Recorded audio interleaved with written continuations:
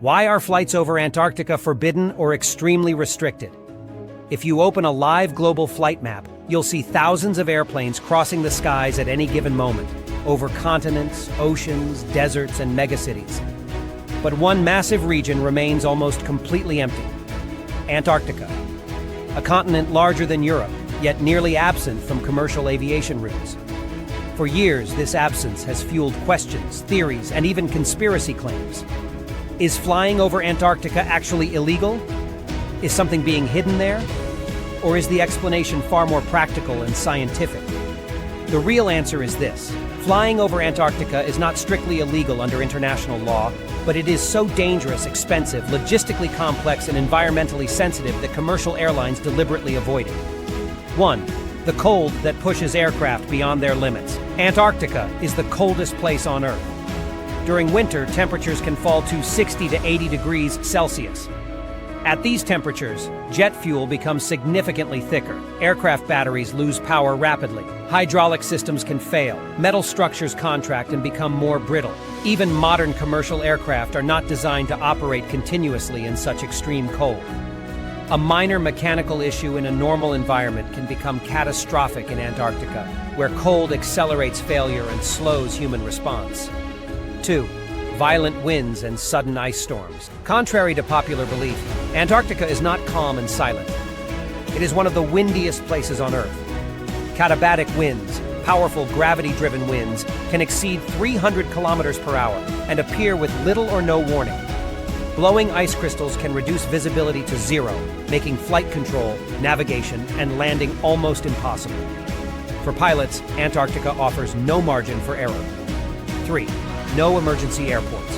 The biggest aviation barrier. One of the most critical rules in commercial aviation is simple: an aircraft must always remain within a safe distance of an alternate airport. Over Antarctica, this rule collapses. There are thousands of kilometers of ice, mountains, and frozen plateaus. With no fully equipped international airports, no runways capable of handling large passenger jets, and no permanent rescue infrastructure.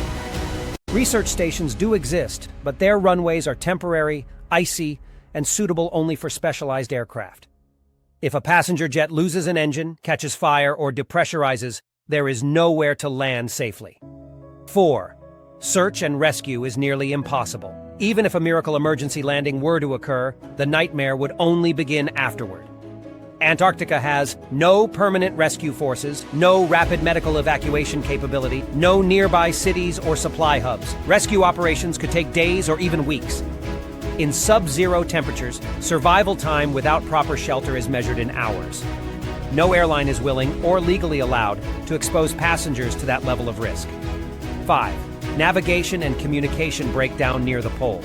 Aircraft navigation systems rely on magnetic compasses, GPS satellites, continuous communication with air traffic control. Near the poles, these systems become unreliable. Magnetic compasses lose accuracy as magnetic lines converge. Satellite coverage weakens at extreme southern latitudes. Radio communication becomes intermittent. Pilots must rely on complex backup systems and manual calculations, which dramatically increases workload and risk. 6. Polar regulations and ETOPS limitations. Modern long-haul aircraft follow strict ETOPS regulations, extended range twin-engine operational performance standards. These rules define how far a plane can fly from a diversion airport in case of engine failure. Antarctica violates ETOPS limits for most aircraft types. To legally fly there, airlines would need special certifications, additional fuel reserves, and redundant safety systems, all of which add weight, cost, and complexity. 7. The economic reality. It simply isn't worth it. Flying over Antarctica does not significantly shorten most global routes. Instead, it requires special aircraft modifications, extra fuel loads, highly trained polar crews, extensive contingency planning. The cost per flight would skyrocket, while ticket demand would remain minimal. From a business perspective, Antarctic routes make no economic sense. 8. Environmental protection and international law. Antarctica is one of the most protected places on Earth. Under the Antarctic Treaty System, the continent is reserved for peaceful scientific research. Human activity is strictly limited to prevent pollution, wildlife disruption, fuel spills, or crashes. A single aviation accident could cause environmental damage that would last for decades. Because of this, overflights are heavily regulated and discouraged. 9. So do any flights actually go there? Yes, but only a few. These include scientific research missions, military logistics flights, highly controlled Antarctic tourism operations. These flights use specially equipped aircraft, carefully mapped corridors, constant risk assessment. They are the exception, not the rule. Final conclusion. The absence of commercial flights over Antarctica is not a mystery, not a conspiracy, and not a hidden global secret. It is the result of a perfect storm of challenges. Extreme cold, violent weather, complete isolation, lack of emergency infrastructure, navigation and communication failures, massive costs, and strict environmental protection laws. Antarctica remains one of the last places on Earth where nature still sets the rules. And for modern aviation, that makes it a place best admired from afar.